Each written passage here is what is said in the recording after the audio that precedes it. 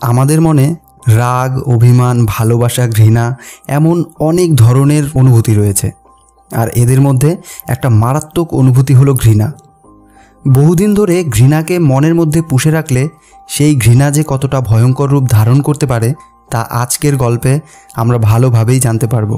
2010 সালে মুক্তিপ্রাপ্ত south Korean এই ক্রাইম থ্রিলার মুভিটির IMDbতে রেটিং রয়েছে 7.5 আউট অফ 10 এবং রোটেন টমেটোতে 80% ফ্রেশ। তো হ্যালো ফ্রেন্ডস, আমিও, তোমরা দেখছো ওর গপ্প।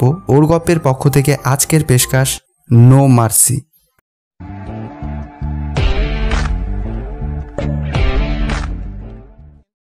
গল্পের শুরুতে দেখানো হয় ফরেন্সিক এক্সপার্ট এবং প্রফেসর কংকে। কং অবসর নিয়ে তার মেয়ের সাথে সময় কাটাবে বলে ঠিক করেছে, কিন্তু সেদিন নদীর ধারে ইউনা নামের এক মেয়ের মৃতদেহ পাওয়া যায়। কং শেষবারের মতো এই কেসটাতে কাজ করবে বলে ঠিক করে। ক্রাইম সিনে এক লেডি ডিটেকটিভকে দেখানো হয়, তার নাম মিন। কং ক্রাইম সিনের মধ্য দিয়ে আসতে থাকলে মিন তাকে ধাক্কা দিয়ে ফেলে দেয়। পরে দেখতে পায় যাকে সে ধাক্কা দিয়ে ফেলেছে সে প্রফেসর কং, যার কাছে সে 5 বছর আগে পড়তো। আর সেই কথা কংয়েরও মনে আছে। মৃতদেহের কাছে গিয়ে কং দেখতে পায় এটা কোনো সাধারণ খুন নয়।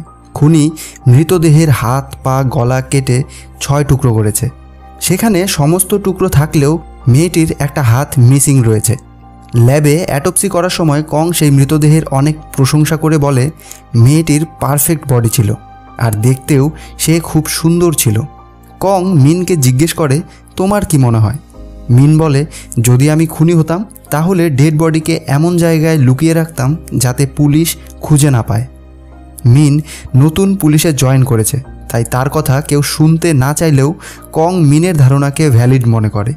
তাই সবাইকে বাইরে চলে যেতে বললেও মিনকে অ্যাটপসি রুমেই থাকতে বলে। প্রফেসর কং সেই মৃতদেহকে কেটে তার হৃৎপিণ্ড ও অন্যান্য অর্গান বাইরে বের করে বিভিন্ন পরীক্ষা করতে থাকে। আর এগুলো দেখে মিন ভমিট করে দেয়। অ্যাটপসি করার পর কং পুলিশদের বলে মেয়েটির শরীরে বিভিন্ন জায়গায় নুন বা সল্ট পাওয়া গেছে, যার থেকে বোঝা যায় খুনি লাশটাকে টুকরো করার পর রক্ত ধোয়ার জন্য নদীতে ফেলেছিল, তাই সমুদ্রের নোনা জল তার দেহের মধ্যে প্রবেশ করেছে। খুনি মেয়েটিকে একটা শক্ত দণ্ড দিয়ে মাথায় আঘাত করে খুন করেছে। আর মেয়েটির নাক থেকে পাওয়া মাটিতে গ্লো, যা সিমেন্ট কোম্পানিতে পাওয়া যায়। এগুলো শুনে পুলিশ চিফ তাদেরকে 2টো টিমে ভাগ হতে বলে, যাদের মধ্যে এক টিম মৃত মেয়েটির বয়ফ্রেন্ডকে খুঁজতে থাকে এবং অপর টিম মেয়েটির মিসিং হাতটাকে। একটা সিমেন্ট কোম্পানিতে পুলিশ মৃতদেহের হাত খুঁজে পায় আর অন্য টিম মেয়েটির বয়ফ্রেন্ড বিয়ংকে ধরে নিয়ে আসে। বিয়ং জানায় সে তার গার্লফ্রেন্ডের সাথে 1 মাস আগেই ব্রেকআপ করে নিয়েছে আর মৃত্যুর দিন সে শহরেই ছিল না। আর এই সব কারণের জন্যই পুলিশ বিয়ংকে ছেড়ে দেয়। অন্যদিকে মিন এই কেসটা নিয়ে কথা বলার জন্য কংয়ের বাড়িতে যায়। সেখানে সে কংয়ের ডগিকে দেখতে পায় আর কংয়ের মেয়ে সম্পর্কে জিজ্ঞেস করলে কং জানায় তার মেয়ে 13 বছর পর আগামীকাল অ্যাব্রড থেকে ফিরছে, কারণ অ্যাব্রডে তার পড়াশোনা কমপ্লিট হয়ে গেছে। মিন কংকে জিজ্ঞেস করে, আচ্ছা খুনির কি কোনো মোটিভ রয়েছে? কং জানায় সমস্ত খুনের কোনো না কোনো মোটিভ অবশ্যই থাকে, আমাদের শুধু সমস্ত সম্ভাবনার কথা ভাবতে হবে, তাহলেই খুনিকে ধরতে পারবো। এটা শুনে মিন সেই রাতে অনেক রিসার্চ করতে থাকে এবং তার ফলে সে অনেক কিছু জানতে পারে। পরের দিন সে সমস্ত পুলিশ অফিসারদের নিয়ে একটা মিটিং করে। সেখানে মিন জানায় আই লাভ ভেনাস নামের একটা পরিবেশপ্রেমী সংস্থা রয়েছে।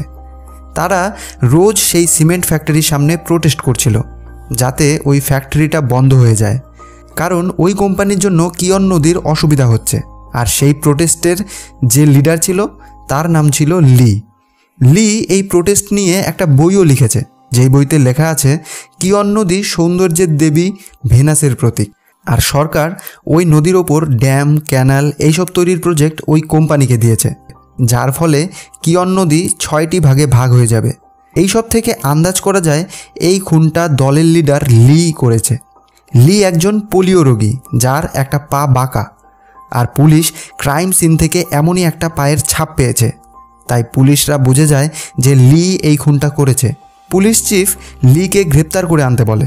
মিন তার পুলিশ কর্মচারীদের নিয়ে লিকে গ্রেপ্তার করে আনে। ইন্টারোগেট রুমে লি পুলিশ অফিসারদের বলতে থাকে সে খুন করেনি। তখনই মিন সেখানে আসে। মিন লিকে তার বই এবং পায়ের ছাপ যখন দেখায় তখন লি বলে কংগ্রাচুলেশনস, তুমি একটা খুনিকে ধরতে সক্ষম হয়েছ। তারা অবাক হয়ে যায়, কারণ লি এত সহজে তার অপরাধটা স্বীকার করে নিল। লি অপরাধটা স্বীকার করে নিলেও পুলিশ তাকে কোর্টে নিতে পারবে না, কারণ তারা এখনও খুনির হাতিয়ার বা অন্য কোনো পোক্ত প্রমাণ পায়নি। অন্যদিকে প্রফেসর কং এয়ারপোর্টে ফুল নিয়ে তার মেয়ের জন্য অপেক্ষা করতে থাকে। তখনই এক লোক সেখানে এসে তাকে একটা এনভেলপ দেয়। লি দিয়েছে এটা, এই বলেই সেখান থেকে সে চলে যায়। কং এই এনভেলপটা খুলে দেখতে পায় সেখানে তার মেয়েকে বেঁধে রাখার ছবি রয়েছে। সে বুঝে যায় তার মেয়েকে কিডন্যাপ করা হয়েছে। কং দিশেহারা হয়ে যায়।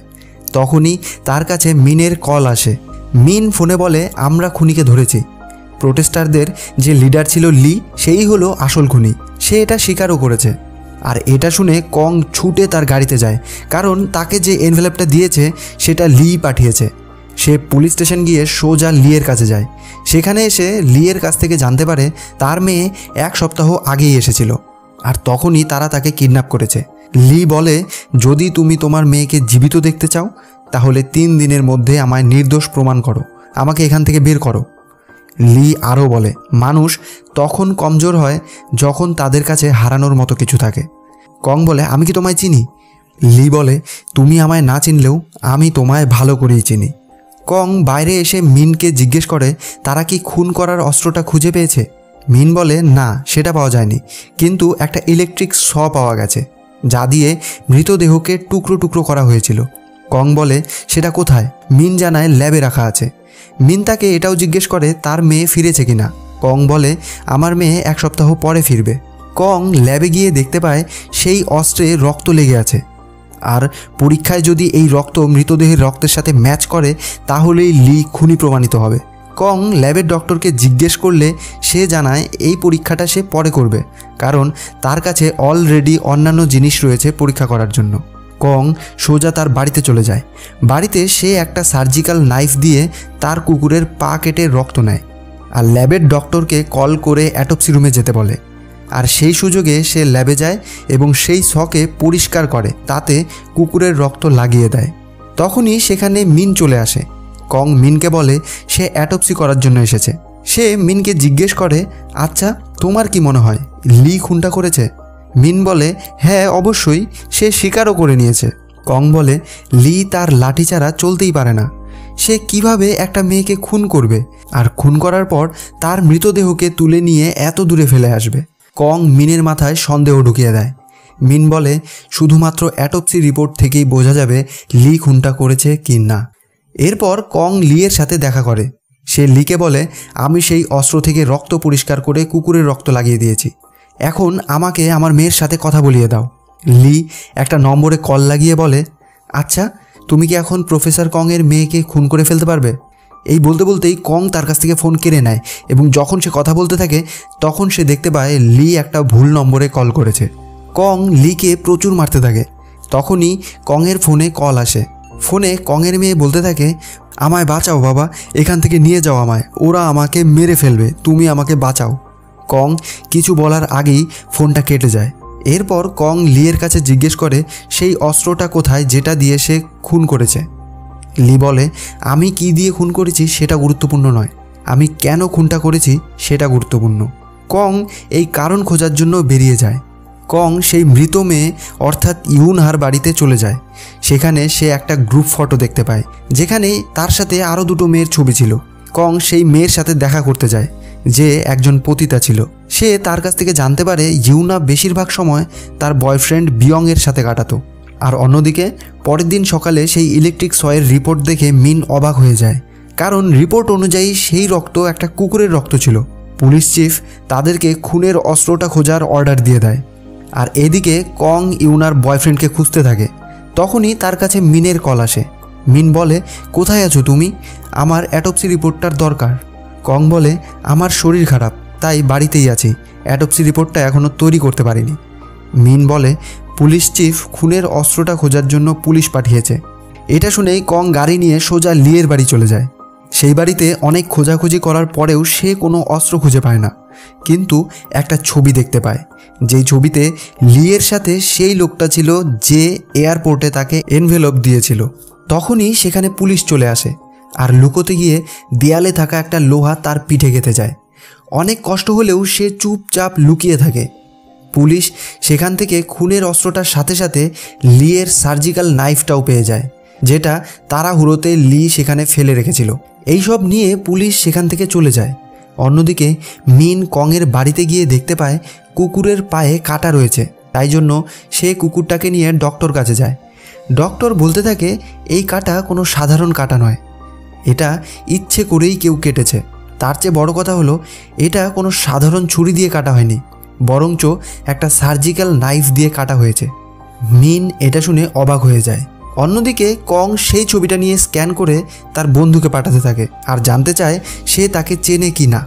তখনই এক পুলিশ সেই ছবিটা দেখে বলে এই ছেলেটার নাম পার্ক। পার্ক অনাথ ছেলে। লিয়ের বাবা পার্ককে নিজের কাছে রেখে মানুষ করেছে। লিয়ের বোন সুজিনকে পার্ক ভালোবাসত, কিন্তু সুজিনের মৃত্যুর পর তারা গ্রাম ছেড়ে চলে গেছিল। কং পার্কের বাড়িতে যায়। সেখানে গিয়ে সে দেখতে পায় ঘরের সমস্ত দেয়ালে তার আর তার মেয়ের ছবিতে ভরা। লি তাদের ওপর অনেক দিন থেকেই নজর রাখছিল। সেখানে অনেক পেপার কাটিংও দেখতে পায়, যাতে একটা গ্যাং রেপ আর খুনের খবর লেখা ছিল।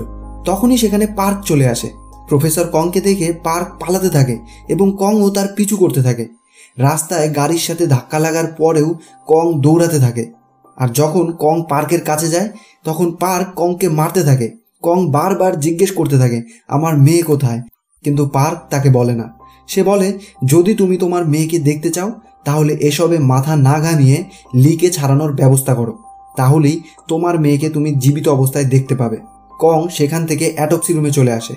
অ্যাটপসি রুমে আয়নার সামনে দাঁড়িয়ে কং তার মেয়ের কথা ভাবতে থাকে এবং আয়নায় ঘুষি মেরে ভেঙে ফেলে। এরপর এক পুলিশ অফিসার মিনকে ডক্টর কংয়ের সেই সার্জিক্যাল নাইফটা দেয়, যেটা লিয়ের বাড়ি থেকে এনেছিল। মিন সেই সার্জিক্যাল নাইফটা দেখে অবাক হয়ে যায়, কারণ ডক্টর কংয়ের কুকুরকেও এরকমই একটা সার্জিক্যাল নাইফ দিয়ে কাটা হয়েছিল। আর এই জন্যই মিন সোজা ল্যাবে চলে যায়। ল্যাবের ডক্টরের কাছে জিজ্ঞেস করে সে এই ল্যাব থেকে কোথাও গেছিল কিনা। সেই ডক্টর জানায় যে হ্যাঁ গেছিল। কং তাকে কল করে অ্যাটপসি রুমে যেতে বলেছিল। মিনের সন্দেহ আস্তে আস্তে সত্যি হতে থাকে। সে অ্যাটপসি রুমে গিয়ে ভাঙা আয়না দেখতে পায় এবং কংয়ের জ্যাকেট থেকে লি এবং পার্কের ছবিও পায়। লিকে বলে আমি তোমায় চিনতে পেরেছি, তুমি সেই পুলিশ কেসটার জন্য ইউনাকে মেরেছো তাই না? সেখানে আমার মেয়ের তো কোনো দোষ ছিল না, আমার মেয়েকে ছেড়ে দাও। লি বলে তুমি এত কিছু কেন ভাবছো, আমাকে ছাড়াও এখান থেকে। কং বলে আমি যতটা পারি চেষ্টা করেছি তোমায় বাঁচানোর, কিন্তু পুলিশ তোমার সেই অস্ত্রটা খুঁজে পেয়েছে আর তোমার স্বীকারোক্তিও তাদের কাছে রয়েছে। তখনই দেখানো হয় পুলিশ যে দণ্ডটি পেয়েছে সেটা খুনের সাথে ম্যাচ হচ্ছে না। আর এদিকে লি বলতে থাকে তুমি এখনও বোঝোনি তাই না, তুমি এতটাও স্মার্ট না যতটা আমি ভেবেছি। যদি তুমি আমাকে বাঁচাতে পারো তবেই তুমি তোমার মেয়েকে দেখতে পারবে।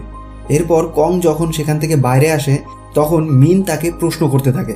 কং মিনকে সমস্ত সত্যিটা বলে দেয় এবং এটাও বলে দেয় সে যেন কাউকে এগুলো কিছু না জানায়।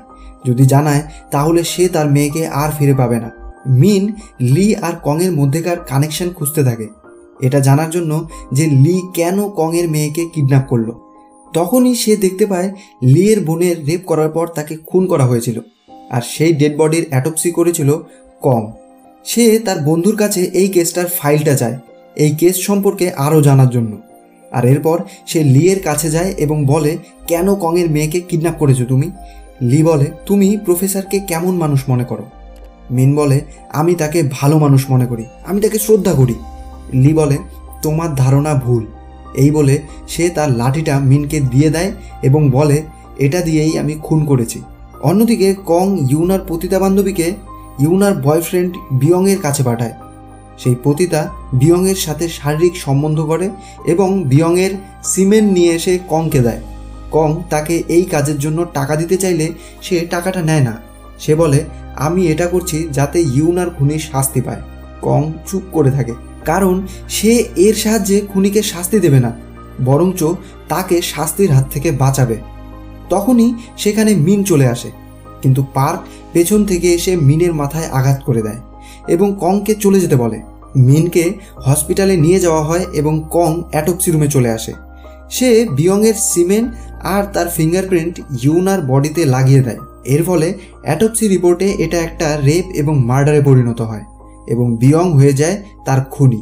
অন্যদিকে লি তার উকিলকে নিয়ে স্টেটমেন্ট দেয়। সে বলে, আমি এই খুনটা করিনি, আমি ঘাবড়ে গিয়ে স্বীকার করে নিয়েছিলাম। পুলিশ বলে, তোমার লাঠিটা খুনের সাথে ম্যাচ হয়ে গেছে।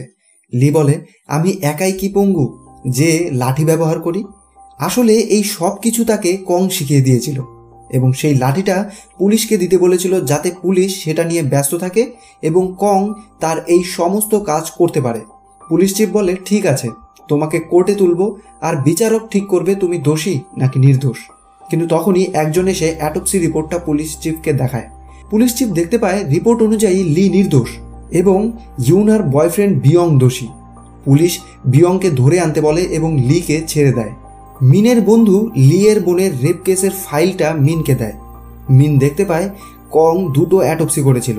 প্রথম রিপোর্টটা অনুযায়ী মেয়েটাকে রেপ করা হয়েছিল, কিন্তু দ্বিতীয় রিপোর্ট অনুযায়ী লিয়ের বোনের রেপ হয়নি, বরঞ্চ লিয়ের বোন ইচ্ছাকৃতভাবেই শারীরিক সম্পর্ক ঘটেছে। মিন বুঝে যায় প্রফেসর কং লিয়ের বোনের রিপোর্টটা পাল্টেছিল, আর এখান থেকেই ফ্ল্যাশব্যাক দেখানো হয়। আসলে 13 বছর আগে লিয়ের বোনের রেপ হয়েছিল, যার ফলে সে আত্মহত্যা করে।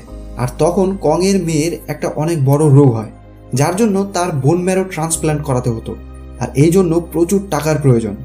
লিয়ের বোনের রেপিস্টের পরিবার ছিল অনেক বৃত্তশালী পরিবার, তাই তারা কংকে তার মেয়ের চিকিৎসার সমস্ত খরচ দেয় এবং কং রিপোর্টটা চেঞ্জ করে দেয়। আর ইউনা ছিল লিয়ের বোনের বন্ধু।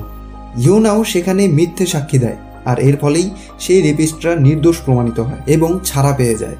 মিন আরও দেখতে পায় সেই কেসের 3 জন রেপিস্টেরই কোনো না কোনোভাবে মৃত্যু হয়েছে, আর সেই কেসে মিথ্যে সাক্ষী দেওয়া ইউনারও মৃত্যু হয়েছে। সে বুঝে যায় এখন শুধু প্রফেসর কং বাকি আছে। অন্যদিকে কং লিয়ের বাড়িতে পৌঁছে যায় এবং বলে, তোমার কথা মতো আমি তোমাকে ছাড়িয়েছি, এখন আমার মেয়েকে ছেড়ে দাও। লি বলে, তুমি আবার একটা মেয়ের খুনিকে নির্দোষ প্রমাণিত করলে। কোনটা বেশি সহজ হয়েছে তোমার কাছে, আমার বোনের রিপোর্টটা পাল্টাতে নাকি ইউনার রিপোর্টটা পাল্টাতে? কং বলে, আমি দুঃখিত, আমি সত্যি দুঃখিত তোমার বোনের সাথে যা ঘটেছে তার জন্য। তুমি আমার মেয়েকে ছেড়ে দাও। লি তার লাঠি দিয়ে কংয়ের মাথায় আঘাত করে। সে বলে, তুমি কি ভাবো আমার বোন সেই ছেলেগুলোর সাথে মজা করছিল? আর এরপর কংয়ের মনে পড়ে লিয়ের বাবা তার কাছে এসে তার পায়ে ধরে বলেছিল তার মেয়ে চরিত্রহীন না, সে একজন ভালো মেয়ে। কিন্তু কং তার বাবাকে সত্যিটা বলেনি। সে বলেছিল রিপোর্ট অনুযায়ী আপনার মেয়ে ইচ্ছাকৃতভাবে সম্বন্ধ করেছিল। আর তখন থেকেই লিয়ের মনে কংয়ের প্রতি ঘৃণার জন্ম হয়েছিল, যা আস্তে আস্তে তাকে এমন একটা অমানুষে পরিণত করেছে। কং লিয়ের কাছে তার মেয়ের প্রাণ ভিক্ষা চাইতে থাকে। সে বলে, আমাকে মেরে ফেলো প্লিজ, আমাকে মেরে ফেলো, কিন্তু আমার মেয়েকে ছেড়ে দাও। আমার মেয়ে জীবনে অনেক কষ্ট করেছে, তাকে তুমি আর কোনো কষ্ট দিও না, তাকে ছেড়ে দাও। লি বলে, তুমি সত্যি বলতে পারতে, তোমার একটা কথায় আমার বোন সবার চোখে চরিত্রহীন হয়েছিল। মানুষ আমাদের দিকে আঙুল তুলে কথা বলেছিল, আর আমার বাবারও তাই জন্যই মৃত্যু হয়েছে। কং তার পা ধরে কান্না করতে থাকে, তার কাছে ভিক্ষা চাইতে থাকে। সে বলে, আমি তোমার কথা বুঝতে পেরেছি, তুমি আমায় মেরে ফেলো, আমার মেয়েকে ছেড়ে দাও। লি বলে, এখন অনেক দেরি হয়ে গেছে। কং এটা শুনে লিকে মারতে থাকে, গালি দিতে থাকে। তার মেয়ে কোথায় জানতে চায়। সে পাগলের মতো হয়ে যায়, লিকে মারতে থাকে, আবার সরিও বলতে থাকে। সে বলে, চলো আমার মেয়ের কাছে নিয়ে চলো, এবং এর পরের মুহূর্তেই আবার লিকে মারতে থাকে। সে দিশেহারা হয়ে যায়। আর এরপর যখন সে লিয়ের কাছ থেকে কোনো উত্তর পায় না, তখন সে লিকে খুন করতে যায়। তখনই লি তাকে বলে দেয় তার মেয়ে কোথায় আছে। কং তার মেয়ের কাছে যাওয়ার জন্য বেরিয়ে যায়। অন্যদিকে মিন সেই ফটোগ্রাফটা দেখে সেখানে পৌঁছে যায়। সেখানে গিয়ে সে দেখতে পায় ঘরের দেয়ালে কং আর তার মেয়ের ছবি দিয়ে ভর্তি। তখনই সেখানে পার্ক আসে এবং তার উপর হামলা করে দেয়, কিন্তু মিন তাকে শ্যুট করে মেরে ফেলে। অন্যদিকে কং দৌড়ে তার মেয়ের কাছে আসতে থাকে। তার অনেক কষ্ট হলেও সে তার মেয়ের কথা ভাবতে থাকে এবং দৌড়ে দৌড়ে সেই বাড়িতে এসে পৌঁছায়। মিন কংকে ঘরে যেতে মানা করে। সে বলে, লি আগে থেকেই এই সমস্ত কিছু প্ল্যান করে রেখেছিল, তুমি ঘরে যেও না, তুমি সহ্য করতে পারবে না। কিন্তু কং জোর করে সেই ঘরে ঢোকে। সে দেখতে পায় লি তার মেয়েকে মেরে একটা কাচের পাত্রে গোলাপের পাপড়ি দিয়ে ঢেকে রেখেছে। কং এটা দেখে কান্না করতে থাকে। সে বলে, চলো মা, বাড়ি চলো, তোমার বাবা এসেছে, চলো বাড়ি চলো। এই বলে সে যখন তার মেয়েকে তুলতে যায়, তখন দেখতে পায় তার মেয়ের শরীর নেই। সেখানে শুধু তার মেয়ের মাথা আর পা রাখা রয়েছে, মাঝের শরীরের কোনো অংশ নেই। সে পাগল হয়ে যায়, চিৎকার করতে থাকে। মেয়ের শরীরকে কেটে ছোট ছোট টুকরো করে ফেলেছে। আর এই দুর্ভাগ্যবান বাবা তার মেয়ের মৃত্যুকেও সহ্য করেছিল, কিন্তু এটা কিভাবে সহ্য করবে যে মৃত্যুর পর সে তার মেয়ের দেহটাকেও নিতে পারবে না। কং পাগলের মতো হয়ে যায়, সে ভেতর থেকে মরে যায়। তখনই লি সেখানে আসে। লি বলে, খুব কষ্টকর তাই না? দেখলে তুমি তোমার মেয়েকে কিভাবে মেরে ফেললে। আমাদের স্মৃতিতে যে দুঃখ থাকে সেটা হৃদয়ে থাকা দুঃখের চেয়ে অনেক বড়। তুমি তোমার বাকি জীবনটা এই দুঃখ নিয়েই বেঁচে থাকবে, যেভাবে আমি আমার বোনের মৃত্যুর দুঃখ নিয়ে বেঁচে আছি। কং কিছুই বলতে পারে না, সে চুপচাপ থাকে, কান্না করতে থাকে। লি বলে, তোমার মেয়ে তোমায় দেখতে চেয়েছিল, সে বলেছিল তুমি আমায় ছাড়বে না, খুন করে ফেলবে। মিন কংকে আটকাতে থাকে এবং বলে আইন তাকে শাস্তি দেবে, কিন্তু কং মিনের রিভলভারটা নিয়ে লিকে গুলি করে মেরে ফেলে আর বলে সে এটাই চেয়েছিল। এরপর সে নিজের মাথায় সেই রিভলভারটা ঠেকিয়ে নিজেকেও গুলি করে মেরে ফেলে। মিন চমকে যায়, সে কান্না করতে থাকে। কং চাইলে লিকে অনেক যন্ত্রণা দিয়ে কষ্ট দিয়ে মারতে পারত, যেভাবে লি তার মেয়েকে মেরেছে, কিন্তু সে তা না করে লিকে একটা গুলি করে মেরে ফেলেছে, কারণ সে লিয়ের যন্ত্রণা বুঝতে পেরেছে। সে বুঝতে পেরেছে লি কি যন্ত্রণা নিয়ে এত বছর ধরে বেঁচেছিল, তাই কং তাকে মেরে তাকে তার যন্ত্রণা থেকে মুক্তি দিয়েছে। অন্যদিকে লি যদি চাইতো পালিয়ে যেতে পারত, কিন্তু সে নিজের মৃত্যু হবে জেনেও কংয়ের সামনে এসেছে যাতে কং তাকে মেরে ফেলে, কারণ সে কোনো কারণ ছাড়াই কংয়ের মেয়েকে মেরেছে আর তার শাস্তি হিসেবে তার এই মৃত্যুটা প্রাপ্য। আর কং নিজেকে মেরে ফেলেছে কারণ তার মেয়ের এমন ভয়ানক মৃত্যুর জন্য সে নিজেই দায়ী। সে যদি লিয়ের বোনের আসল অ্যাটপসি রিপোর্টটা বানাতো তাহলে তার মেয়ের অপারেশনের টাকা পেত না, হয়তো তার জন্য তার মেয়ে মারাও যেত, কিন্তু তার মেয়ে বাকি সমস্ত মানুষের মতো একটা অসুস্থতার মধ্য দিয়ে মরত। এভাবে তার মেয়ের শরীরটা টুকরো টুকরো হয়ে যেত না। তার মেয়ের দেহটাকেও সে সুন্দরভাবে পেত কবর দেওয়ার জন্য, কিন্তু আজ তার জন্যই তার মেয়ের এই অবস্থা। মরে যাওয়াটা খুবই সহজ, কঠিন হলো কারো দোষকে মাফ করে দেওয়া, আর তার চেয়েও কঠিন হলো এমন একটা যন্ত্রণা স্মৃতিতে নিয়ে বেঁচে থাকা। তো ফ্রেন্ডস, এই ছিল আজকের মুভি ইন এ নাটশেল। যদি ভিডিওটা ভালো লাগে তাহলে অবশ্যই লাইক করো, কমেন্টে তোমাদের মতামত জানাও আর বন্ধুদের সাথে শেয়ার করো। আর হ্যাঁ, যদি এখনও চ্যানেলটাকে সাবস্ক্রাইব করে না থাকো এমনই এক্সপ্লেনেশন ভিডিও দেখার জন্য চ্যানেলটাকে সাবস্ক্রাইব করে বেল আইকনটা প্রেস করে দিও। দেখা হচ্ছে নেক্সট ভিডিওতে। Till then, stay happy, stay cool, bye by.